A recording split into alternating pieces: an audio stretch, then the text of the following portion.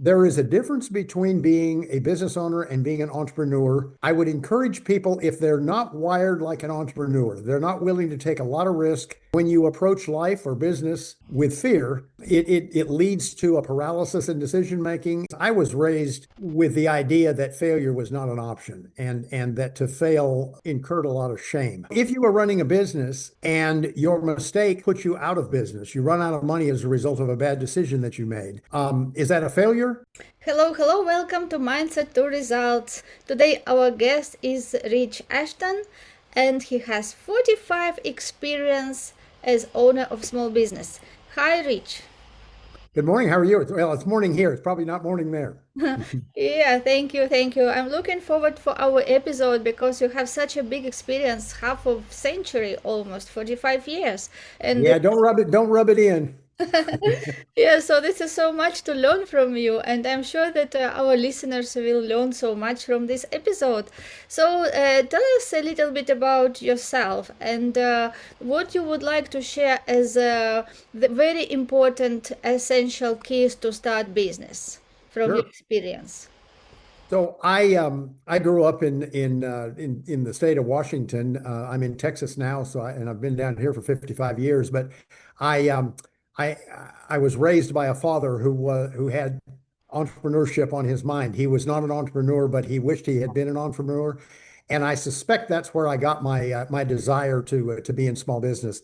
I dropped out of college after a couple of years, went in the Navy, and when I got out, I was very lucky to work for a company in the real estate development business. And they were a very large company, but they were entrepreneurial. And after dropping out of college, I didn't know much about business. So I was very fortunate to work around very, very smart people, very hardworking people.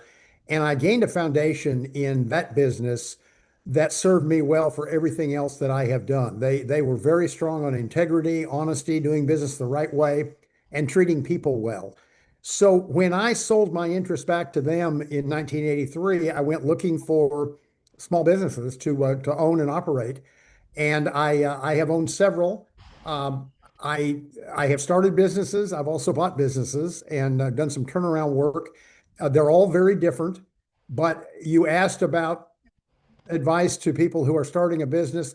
There is a difference between being a business owner and being an entrepreneur. And I would encourage people, if they're not wired like an entrepreneur, they're not willing to take a lot of risk, put their head down on the pillow with a lot of sleepless nights. Entrepreneurship, small business ownership may not be for them.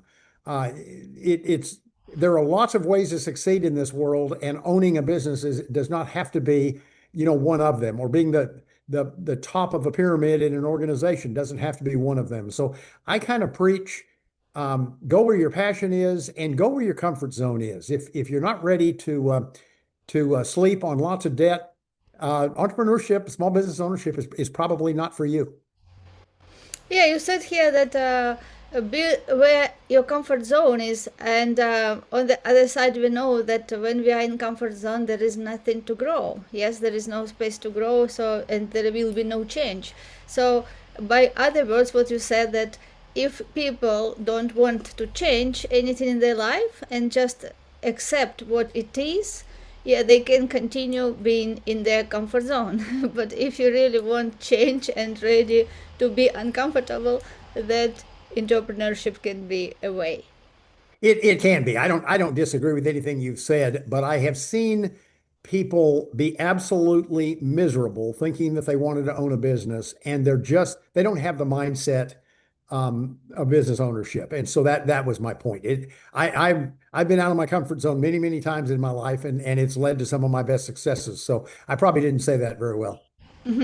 Yeah, so let's discuss then what is mindset for entrepreneurship. Yeah, so what are the essential criteria for people uh, to have, right, in order to start entrepreneurship, to start their own business? I would say the first one is to have a real clear sense of why you want to be in business and why you are in business. There's a book, a popular book now by Simon Sinek called Start with Why. It's a great book to focus you on the reasons that you are in business. And I think it's very important to have that sense. And once you have that sense, then you build a culture around your why.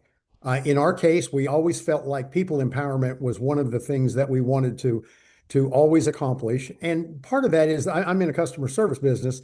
Part of the reason is that I've always known that I'd better be providing great service to my employees if I expect them to provide great service to our customers.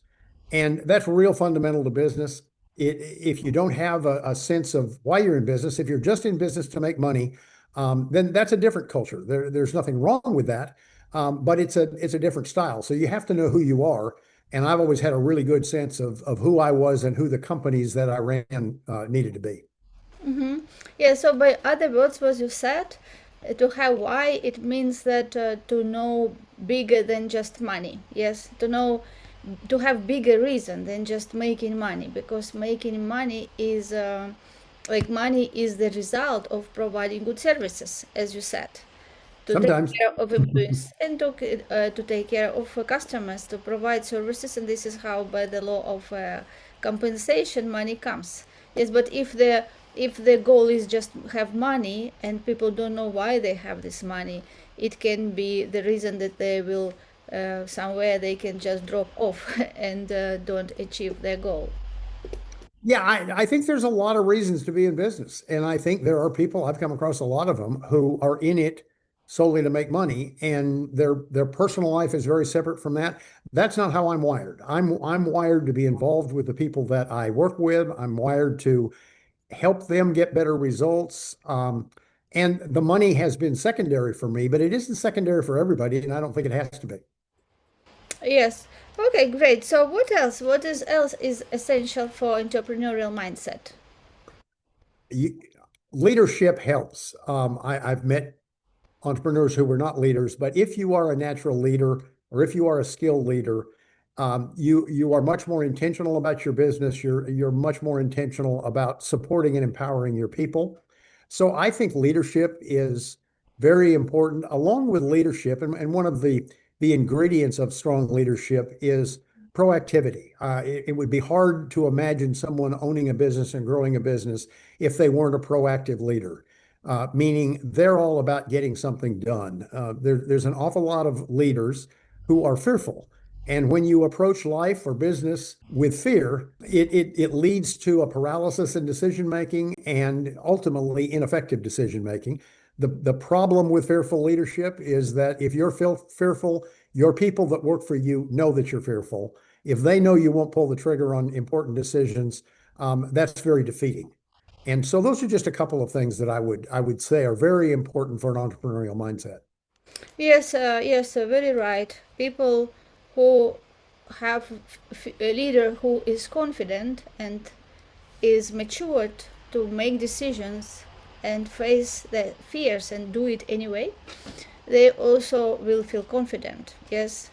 And people, Correct. if the leader Correct. is not confident and cannot make decisions, so all other people will match this leader, and they will not feel confident, and they will not feel even inspired. Yes, and we know that a lot of the results depend on the state of mind. Yeah, when people know why they do this, when they're inspired, when they feel support and confidence, and they have great leadership, and they know that they can be heard and appreciated for what they do, and these all are ingredients for successful team. Couldn't agree more. I think you said everything I agree with there. Yeah, so let's discuss this a little bit deeper. We spoke about fear. Yes, fear, and of course, entrepreneurship is related to many things which people do first time, right? So it is a lot of unknown. And if people have fear, they can just be in this paralyzed state and not be ready to make decision. And when people don't make decisions, they can create that habit to postpone important things, yes, to miss deadlines, and it will cause other problems. And on the other hand, they can miss opportunities which they could have when they would make a decision fast. So let's speak a little bit about risk, about the attitude to the risk. To what extent do you think entrepreneurs should take risk, and whether it is healthy risk and not healthy? I think that's a great question. Risk is hard to assess. There's no question that if you're going to be in small business, if you're going to be an entrepreneur, risk is part of the equation. I think that's something that I've learned over the years is that when I was younger, my appetite for risk was much higher, and to the point of being reckless at sometimes. So when I look back at decisions that I made because I didn't correctly assess the risk, I just assumed that somehow it was going to work out and I was going to be able to make it work. It wasn't always the case, and I don't have any concrete recommendations other than to educate yourself and really look hard at the consequences of a failure. Some failures are pretty minor and they're not catastrophic. Other failures in business put you out of business, and it happens every day. The ability to differentiate between what's a reasonable risk and what's a foolhardy risk is a really, really important thing. I think mainly it comes with maturity. I don't know that there's a formula out there that can fix that for you, but I'm a big believer in gathering information, reading, listening to the podcasts and all. And I think that that's probably the safest recommendation is that you should educate yourself about what risk really means. Some people with one failure uh, can never recover. Other people and most entrepreneurs have experienced failure and can recover. If you're one of those people who can't recover from failure, and I didn't, I frankly, before I had my first failure, I didn't know if I was one of those people or not. It can be life changing to have a failure in your life. Yeah, yeah, it is important to have the right attitude to failure. Yes, Mhm. because Correct. from childhood we are conditioned that to make mistake is bad. Mhm. Yes, and we were conditioned to be punished if we make mistake. Yeah, or maybe to be afraid of make mistake. And this is also, I believe, that very important uh, to see what is your attitude to failure. Yeah, because failure is or making mistakes is not always bad thing.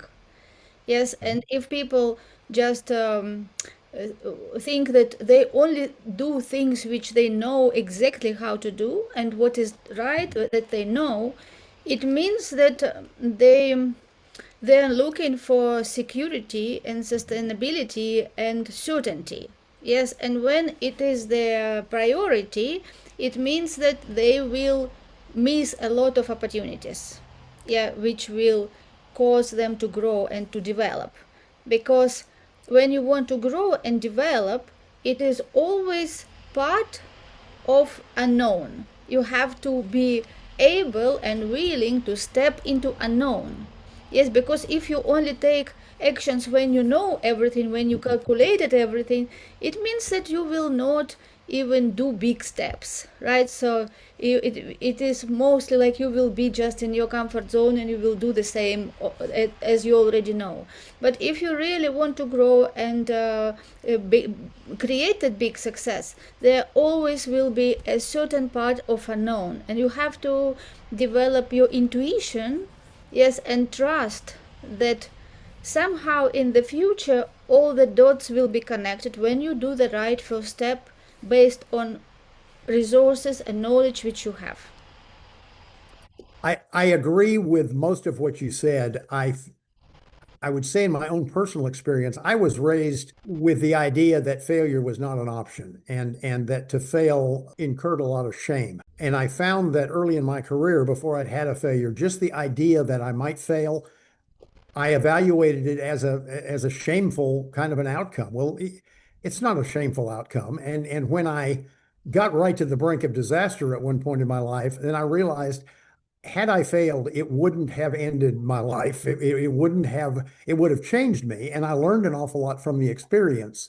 And it made me more timid for a while until I got my feet back underneath me.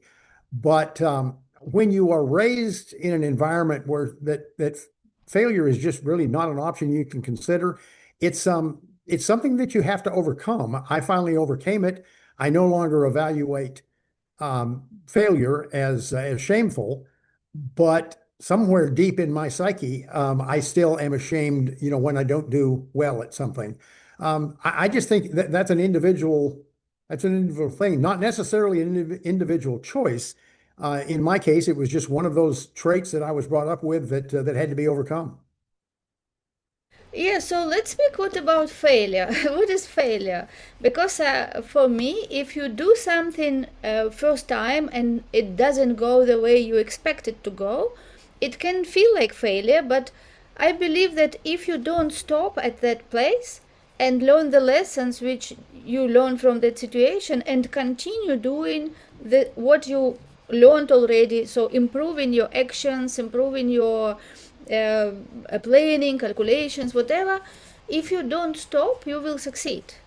Yeah, I believe in this, that failure itself is only can be the fact when you stopped. When you tried something, it didn't go as you wanted, you maybe lost something, and then you just stopped and say, oh, I did mistake, so bad, and that's all. And you don't have that desire and bravery to continue and do it again in a better way.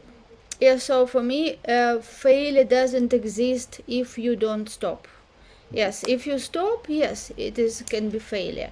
But if you get up, learn lessons, do it again, and when you continue, you will just grow to that place where you do it right, and this is will be success. What your opinion about failure? Well, let me ask you about that because I think that's an interesting perspective, and I'm not sure if I agree or disagree. So, if you are running a business and your mistake puts you out of business, you run out of money as a result of a bad decision that you made, is that a failure or not? It depends. It depends. If you are out of business and accept it as failure, it can be failure. It is all depends from what point of time you look at things, right? Many things when we had in past, yes. So at that moment of time, we could think that it was failure. But if we learn the lesson and continue business, generate money, and continue business, solve this problem which we had, and continue with updated and mindset and learn the lessons, so in the future it can be success.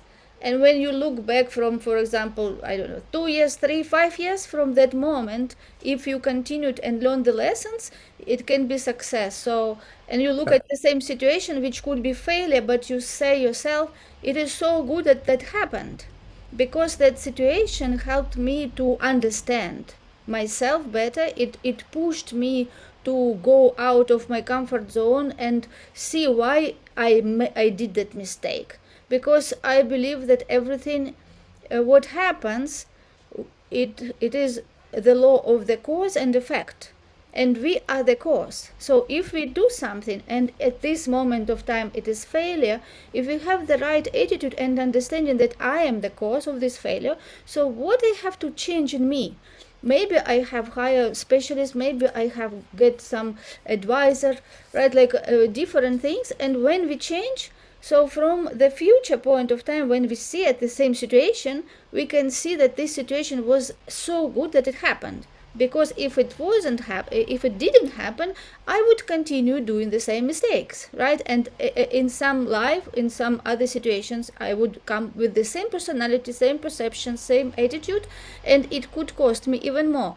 But because I changed, I changed my approach, I changed maybe people, team, and this is now how successful I am. So I believe that there is nothing as a failure if we have the right attitude and if we learn from situations and not just blame other people or circumstances and put the responsibility for something outside of us. But when we study ourselves and think how I can improve, what I can learn from this situation, and we are brave to continue, I believe that we succeed. Yeah, I won't disagree with that. But I think my failures hit me harder than maybe your failures have hit you. Along the way, they were painful. Yes, I learned lessons from them, and I never stopped, and I'm better for having had that experience. But I didn't. I never enjoyed my failures. Of course, nobody enjoy failures, but on the other way, If we don't fail and if we don't have experience which will push us to grow and to change and to learn, we will not be successful. Agreed. Very good, very good. So I enjoy our conversation.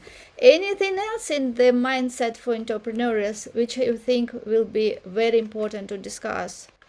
Well, I mentioned a little bit about the idea of acquiring knowledge. And I am such a believer that it seems like when you're starting out a business, you don't have time for things like reading. And I was not a big reader early in my life. Fortunately, somebody got a hold of me and taught me that that acquiring knowledge was integral to my success in business. The advice was perfect, and it's something that I have continued for 50 years. I read on a variety of subjects every day. I spend about an hour and a half listening to podcasts or audiobooks or whatever. And I feel like that makes a business person and a leader so much more effective because they understand the world better. They better understand people. Leadership is about influence, and you're much more likely to be able to influence people in your direction if you're knowledgeable.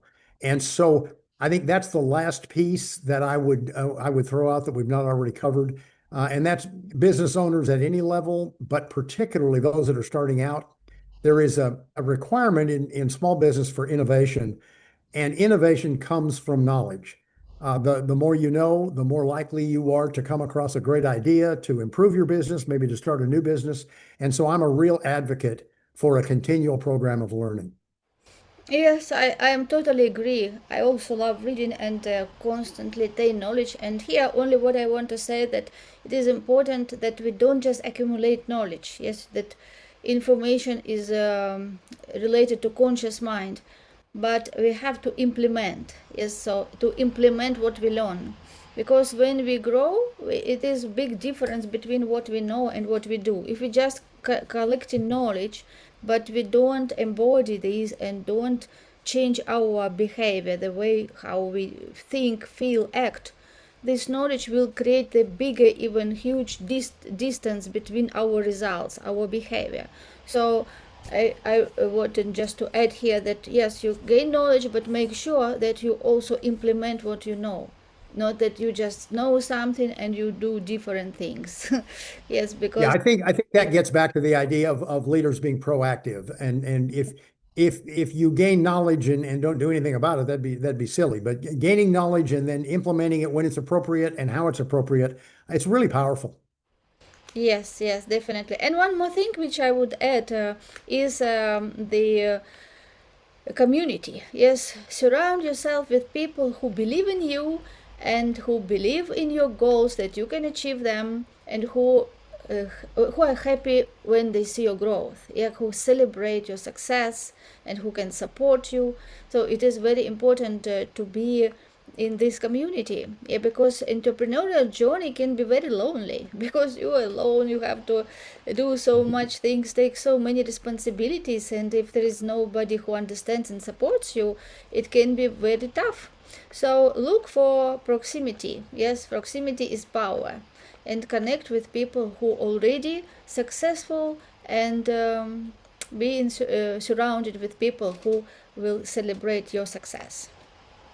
Yeah, in the book, I devote a chapter to the importance of mentors and not the mentors that you hire, but the people who come along at various stages of your life and your development.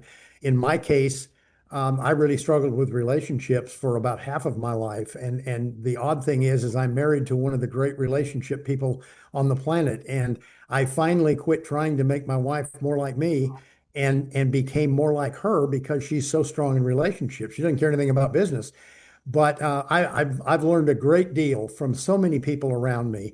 I'm lucky to be around a lot of people who are successful, and from each one of them, I have taken at least one thing, and it has changed me. It's made me better. It's certainly made my life more enjoyable. So I agree that surrounding yourself with community is really, really important.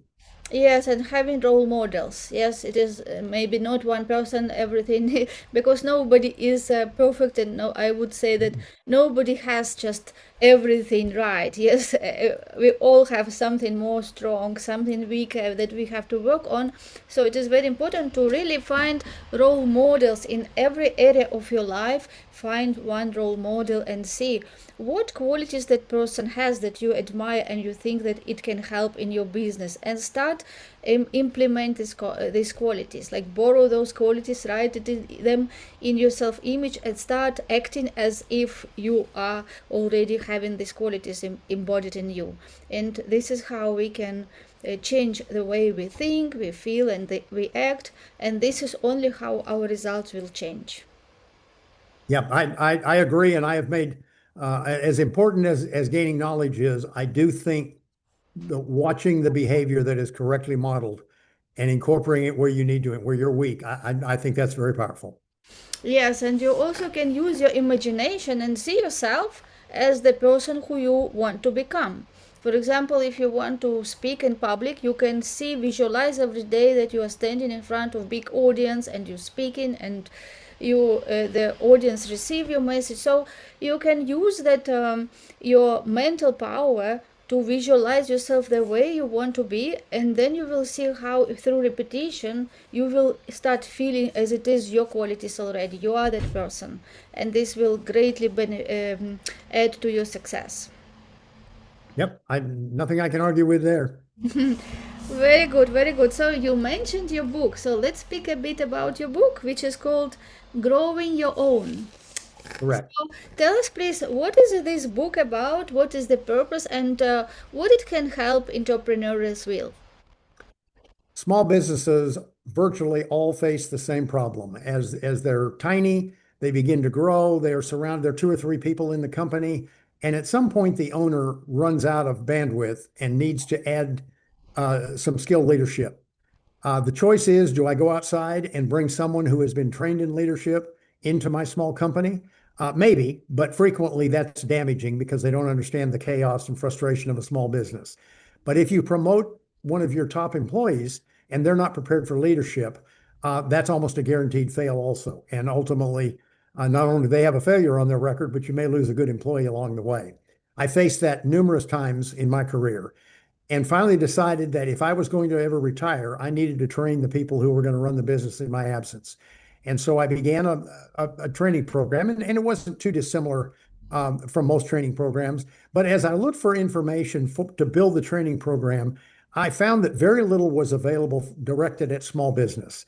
So I decided we were going to create our own training program. And a part of that program was that I began writing blogs to the leadership team every 2 weeks, and they were on a variety of leadership and management subjects. Once the employees were forced to start reading those together, they began to challenge each other about the principles contained in the blogs, and our leadership team really began to grow. Well, I did that for 2 years, so I had 52 blogs written. The team had come a long way. They were ready to start running the company. So I backed off a little bit, and I was reading the blogs start to finish one weekend. And I thought, this is really good information. I'm going to publish a book containing many of the blog chapters. And so I condensed them from 52 chapters down to 35. And they're short chapters. They're very easily understandable, and they're organized around some logical topics for leadership. The book is really aimed at young leaders, wannabe leaders, people who have not yet had formalized leadership training. Although I've been told by some of my CEO friends that reading the book was a great reminder that they commonly have said they didn't necessarily learn new information, but they were reminded of some of the basic traits that a leader should possess. And so I found a really good acceptance for the book because people in small business don't have time to train leaders. The book is kind of a shortcut to helping your small organization develop a leadership team of its own. And it's been, now that I'm retired, it's been very fun for me to spread that message, and I'm getting a chance to do that through podcasts and speaking, and I'm really enjoying this season of my journey. Yeah, thank you very much, Rich, for writing such book. As I understand that it is practical book. Yes, that you give the practical advices what people can implement and become more successful. Because it is very important to have guidance. Yes, at the beginning when we just start business, it is important to start it right. Yes, and to have someone like you guiding through the book so people can have this guidance and lead their business more confidently and succeed, yeah, without making mistakes as we discussed, or if they make mistakes they don't stop and learn their lessons and look for guidance, yeah, good for people who can lead them and help them to succeed. Yes, to look for mentors, for uh, community, because it is always somebody who already did what we want to do. Yes, so we can just always True. find role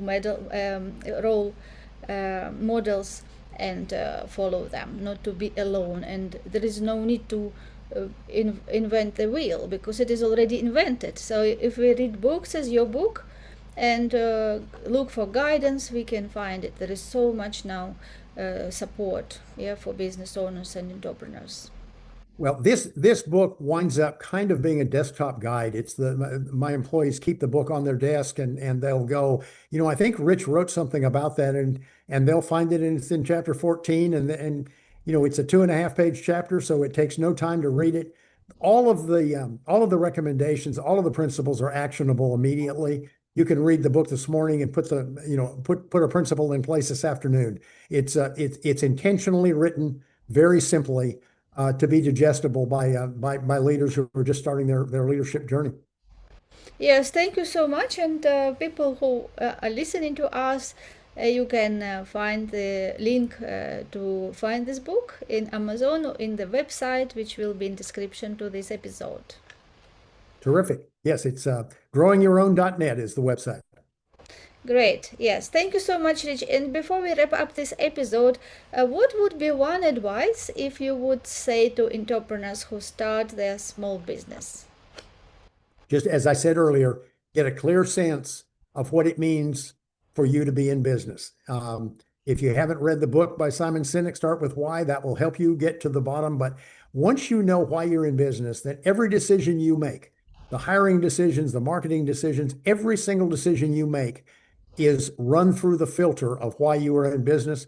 It's very powerful because it's very simple and it keeps you focused on what the future looks like for you. Yes, very good, very really good. And why should be big? Yes, why should be really big enough to keep you on track? Because if Right. your why is small, you will go sideways. Yeah, when you meet the challenge, why is not big, so why you would stretch yourself? Yeah, so that why should be really big enough to inspire you, yes, to give you that fuel to go, to wake up every morning, doesn't matter what is the weather or how you feel. Why is big? It gives you that inner power to move forward, to step into unknown, to take necessary actions and to grow every day till you achieve your big goal. Yeah, I would think that if you're careful about your why will still be your why 10 years or 20 years from now in business. So I agree. It better be big. Yes, thank you very much, Rich, for this amazing episode. And I'm looking forward to see you again in our future podcast events.